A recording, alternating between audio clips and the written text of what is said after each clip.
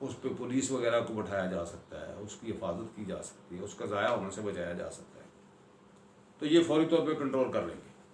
لیکن اس میں شکل یہ ہے، اس میں جو اصل شکل یہ ہے، اصل صورتحال یہ ہے کہ اگر وہاں پہ امن و امان کا خطرہ ہے، breach of peace and tranquillity, یہ لازم ہے، اس کے بغیر نہیں، تو اس طرح کیا جا سکتا ہے، تو مجسٹریٹ صاحب اس کا فوری طور پہ نوٹس لیں گے اور اس کو اپنے کنٹرول میں کر لیں گے۔ اس وہاں پہ ریسیور بھی مقرر کیا جا سکتا ہے جو اس کے پراپرٹی کو مینیج کرے، اس کے منافع جات کو لے، اس کو چلائے، یعنی پروسیجر ریسیور کے مقرر کرنے کا جو پروسیجر ہے، وہ طریقہ کار جو سیکشن آرڈر 40 ہے، کس کا بلا؟ ضابطہ دیوانی کا، اس میں سارا پروسیجر لکھا ہوا ہے کہ ریسیور کیسے مقرر ہوگا، اس کے اختیارات کیا ہوں گے، اس کو کیسے مینیج کرے گا، پھر اس کا جو رینٹ ہوگا یا اس کا جو پروسیڈز ہوں گی ان کو کیسے حساب کتاب دے گا،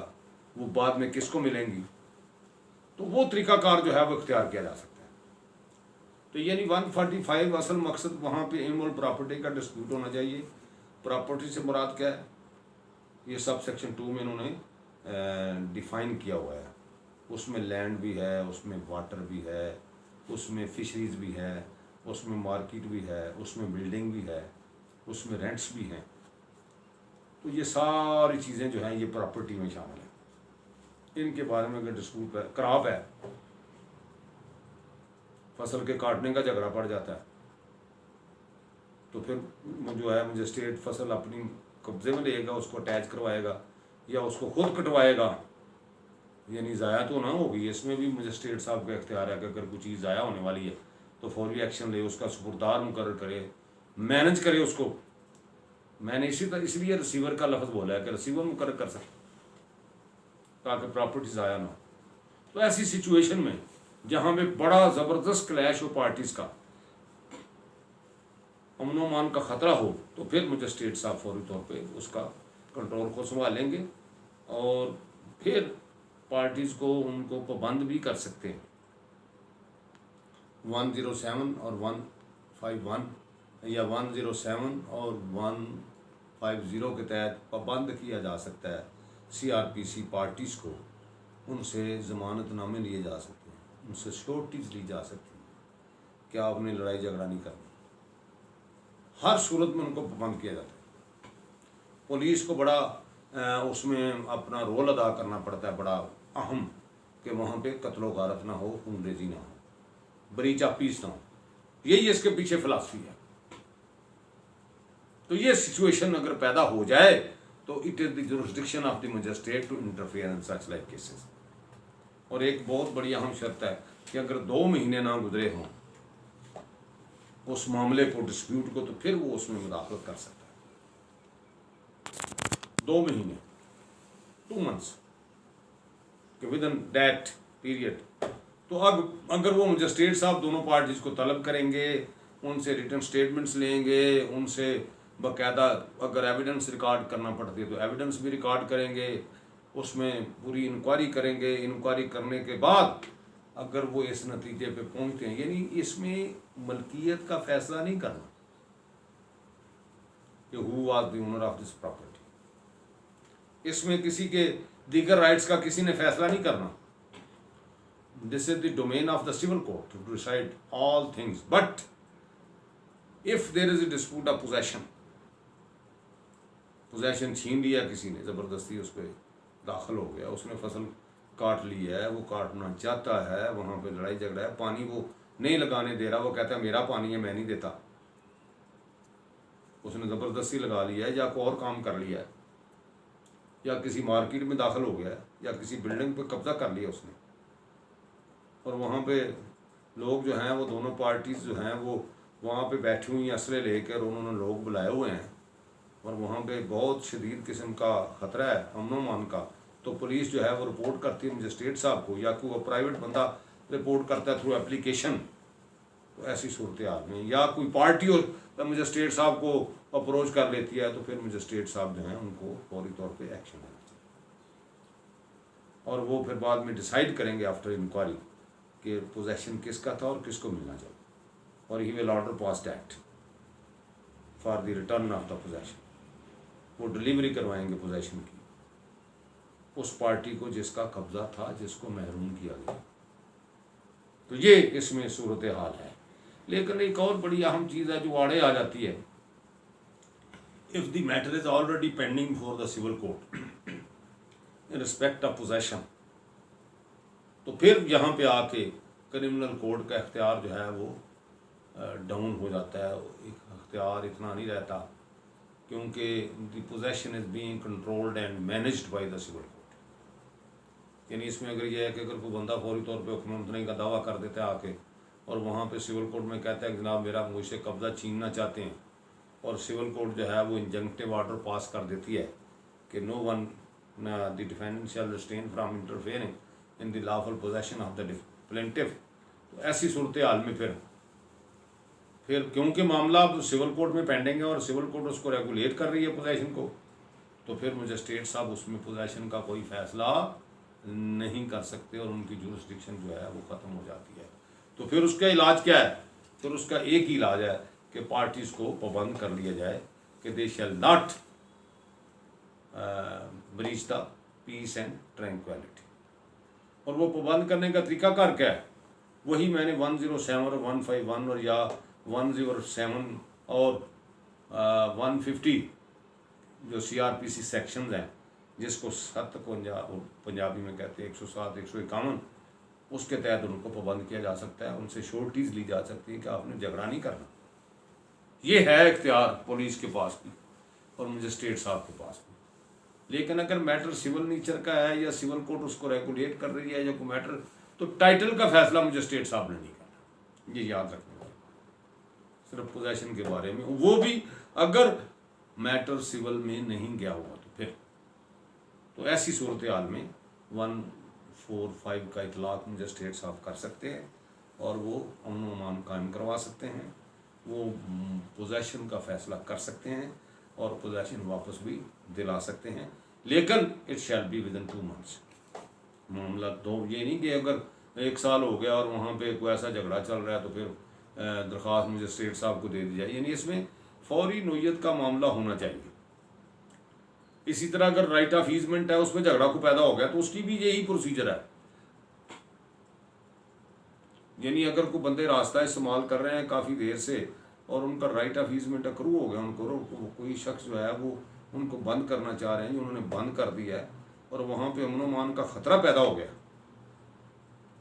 تو وہاں پہ بھی 145 کا یہ 146 میں لکھا ہوا ہے، یہ 147 146 کہ وہاں پہ اطلاق ہو سکتا ہے اس کا. تو یہ 145 کی صورتحال ہے اور اس کے یہ کا تحرک ہر وقت ہو سکتا ہے. لیکن اگر معاملہ سول کورٹ میں ہو تو پھر ایسی صورتحال میں پر انکریج نہیں کیا جا سکتا کہ مجسٹریٹ صاحب اس میں کوئی انٹرفیئر کریں یا وہ اس میں وہ 145 کی کے تحت قبضے کا کوئی فیصلہ کریں. باقی الٹیمیٹ جو معاملہ ہے اس کی ملکیت کا یا ادروائز وہ سول کوڈ نے کرنا. اگر کوئی پرماننٹ فیصلہ کروانے چاہتی ہے، یعنی اگر کسی کا قبضہ وقتی طور پہ وہ چھین لیتے ہیں تو مجسٹریٹ صاحب یہ کر سکتے ہیں کہ اگر وہاں پہ امن و امان کا مسئلہ ہے تو وہ واپس دلا سکتے ہیں انکوائری کرنے کے بعد. لیکن جو فائنل فیصلہ ہے وہ subject to the decision of the civil court. وہ عدالت دیوانی اس میں سارا کچھ کر سکتی ہے، مجسٹریٹ صاحب نہیں کر سکتے. تو اس میں جو ججمنٹس ہیں وہ آپ کو میں کچھ بتا دیتا ہوں، وہ آپ نے ذہن میں رکھنی ہے. اس میں 2012 SCMR 569 بڑی اہم ججمنٹ ہے کہ کن کن حالات میں 145 کا اطلاق ہو سکتا ہے، کن کن حالات میں نہیں ہو سکتا. تو عموماً یہ سیٹل لا ہے کہ جہاں پہ سول میٹر ہو یا سول کوڈ میں آلریڈی میٹر پینڈنگ ہو اور جب یہ معاملہ ہو مجسٹریٹ صاحب جب کارروائی کریں تو وہاں پہ سول کورٹ میں کوئی میٹر پینڈنگ نہ ہو ریگارڈنگ پوزیشن، تو پھر مجسٹریٹ صاحب اگر سمجھیں کہ امن و امان کا خطرہ ہے تو وہ اس میں انٹرفیئر کر سکتے ہیں. اسی طرح 2004 SCMR ہے 667 ہے، PLD 2003 ہے، سپریم کورٹ 378 ہے، اور اس طرح PLJ 2013 SC supreme court page 105 ہے 101 ہے. اس کے علاوہ بھی کافی ججمنٹس ہیں، بہت کیس لائے اس پوائنٹ پہ. جورسٹکشن پہ بھی ہے، مجسٹریٹ صاحب کی پاورز پہ بھی ہے، پروسیجر پہ بھی ہے.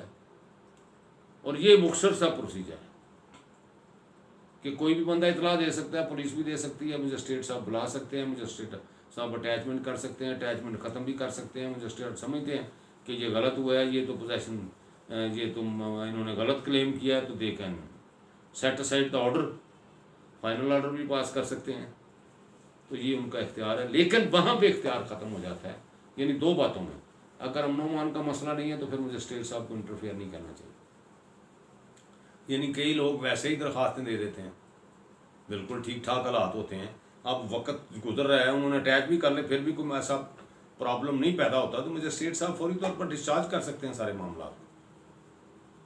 مین اس میں جو فیکٹر ہے، مین چیز جو امپیریٹو ہے اور جو پیرامیٹر ہے جس کو مد نظر رکھنا پڑے گا، وہ ہوا breach of peace and tranquillity, امن و امان کا خطرہ. اگر وہ نہیں ہے تو 145 کی ضرورت ہی نہیں ہے. تو یہ سچویشن ہے. تو مجھے امید ہے کہ آپ کو سمجھ آ گئی ہوگی انشاءاللہ. آپ اگر اس 145 کے بارے میں کچھ کرنا چاہیں گے تو you can learn some thing from this lecture. Thank you very much.